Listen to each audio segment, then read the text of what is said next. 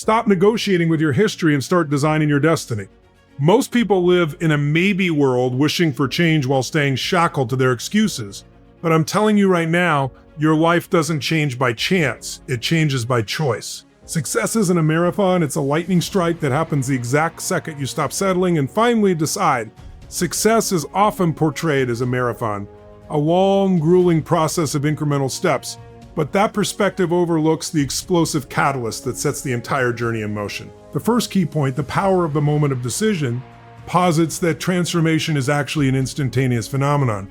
While it may take years for someone to finally reach their breaking point, the shift itself happens in a heartbeat. It is the precise second you stop shoulding all over yourself and decide that must is the only option left. Most people live in a state of perpetual negotiation. They weigh the pros and cons, wait for the perfect timing, or look for external validation. In doing so, they remain paralyzed in a middle ground that breeds mediocrity. A true moment of decision is an internal revolution where you raise your standards and refuse to accept your own excuses any longer. This moment is defined by a psychological cutting off of any other possibility.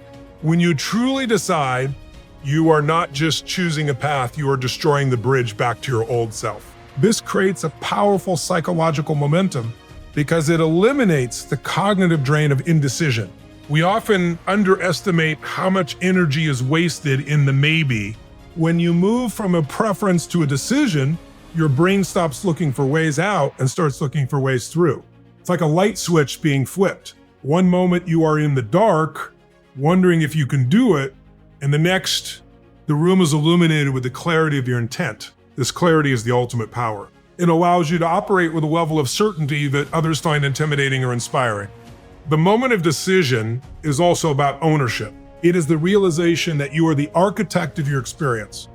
When you decide, you move from being a victim of your circumstances to a master of your fate. You stop blaming the economy, your upbringing, or your boss, and you realize that while you cannot control the wind, you can absolutely control the set of your sails. This shift in identity is what makes the decision permanent. You aren't just trying a new habit, you are becoming a new person. This is why success feels like it happens all at once for some people. They spent years in the should, but the moment they moved to must, the external world had no choice but to align with their internal conviction. That single, focused, uncompromising moment of decision is the genesis of every great achievement in human history. To understand the second key point, you must distinguish between a preference and a true decision. Most people walk through life carrying a laundry list of things they would like to have happen. They'd like to be fit, they'd like to be wealthy, they'd like to have a passionate marriage. These are what we call preferences or wishes. A preference is weak. It's a should. And the problem with a should is that when life gets hard, when the wind blows against you, or when you get tired, you drop the should because it was never rooted in your soul. A preference is always conditional. It depends on the weather, the economy, or how you feel when the alarm clock goes off at 5 a.m. If you were operating on a preference, you were essentially negotiating with your future. You were saying, I'll do this as long as it isn't too painful. But success doesn't respond to interest. It only responds to total commitment. A real decision is entirely different. As mentioned, the root of the word means to cut off. When you make a real decision, you cut off any other possibility. You don't just try to see if it works. You commit until it does work. There is no plan B. There is no safety net. There is no, well, if this doesn't go right, I'll just go back to my old life. When you decide, you burn the bridges that lead back to mediocrity. This is the difference between someone who says they want to quit smoking and someone who identifies as a non-smoker. The person who wants to quit is still negotiating with the craving. The person who has decided has already ended the conflict. The cigarette is no longer an option because it doesn't fit their new identity. This level of certainty changes your internal chemistry. When you stop wondering if and start knowing how, your brain enters a state of flow and resourcefulness that is impossible to reach. When you are merely interested, preferences lead to trying, and trying is just a noisy way of failing. A real decision leads to doing.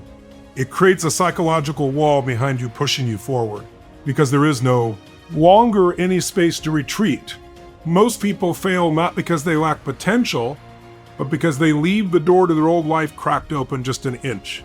That inch is enough for doubt to seep in. To succeed, you must slam that door shut. You must move from the wish list to the must list. You have to reach a point where your decision is so firm that the result is already a foregone conclusion in your mind, long before it manifests in the physical world.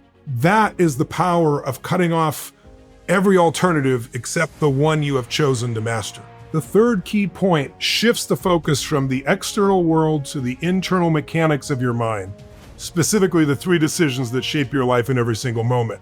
What you focus on, what things mean to you, and what you are going to do about it. Most people believe their lives are shaped by their conditions, the economy, their boss, or their upbringing, but that is a lie. Your life is shaped by your decisions. The first of these is your focus. In any given moment, you can focus on what you have or what is missing. You can focus on what you can control or what you can't. Whatever you focus on, you feel. If you focus on the obstacle grows until it consumes your entire vision. But if you focus on the solution, your brain begins to reveal resources you never knew existed. Your focus is the steering wheel of your life, where it goes, your energy flows. The second decision is about meaning. Once you focus on something, your brain immediately asks, what does this mean? Is this an end or is it a beginning? Is this a failure or is it a lesson? Is God punishing me or is God challenging me to grow? Nothing in life has any meaning except the meaning you give it. Two people can lose their jobs in the same day. One decides it means their life is over and they fall into depression. The other decides it means they finally have the freedom to start the business they've always dreamed of. The event is the same, but the meaning is different, and therefore the life experience is different. If you want to change your life, you have to change the labels you put on your experiences. When you change the meaning, you instantly change your emotional state. The third and final decision is what you are going to do. Once you've focused on something and given it a meaning, that creates an emotion. That emotion then drives your actions. If you are angry, you act one way. If you are inspired, you act another. The most successful people on this planet have mastered the ability to decide on an empowering action, regardless of how they feel in the moment. They don't wait for the mood to strike them. They decide to act because they have a vision that is bigger than their current discomfort. These three decisions, focus, meaning, and action, are happening subconsciously every second of every day. Success starts when you pull these decisions out of the shadows and start making them consciously. When you take control of these three pillars, you stop being a passenger in your own life and you start becoming the captain of your soul. The fourth and final key point is the absolute necessity of harnessing immediate action to bridge the gap between a mental breakthrough and a physical reality. Most people have had those moments of peak state, those flashes of inspiration where they feel like they can take on the world, only to wake up the next morning and find that the fire has died down to a cold ash. Why does that happen? It happens because they didn't drop an anchor. They didn't wire that decision into their nervous system through a physical act. You see, a decision is just an intellectual exercise until you put it into your body.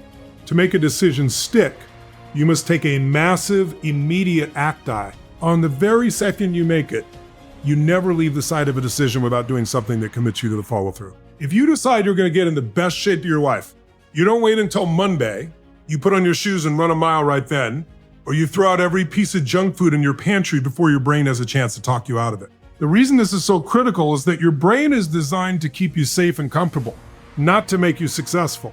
The moment you decide to change, your old conditioning starts looking for reasons to pull you back into the known zone. By taking immediate action, you disrupt that old pattern. You signal to your subconscious that the game has changed and that there is no going back. This is how you build momentum. Momentum is the sacred force of success. Once you get it moving, it takes a lot less energy to keep it going.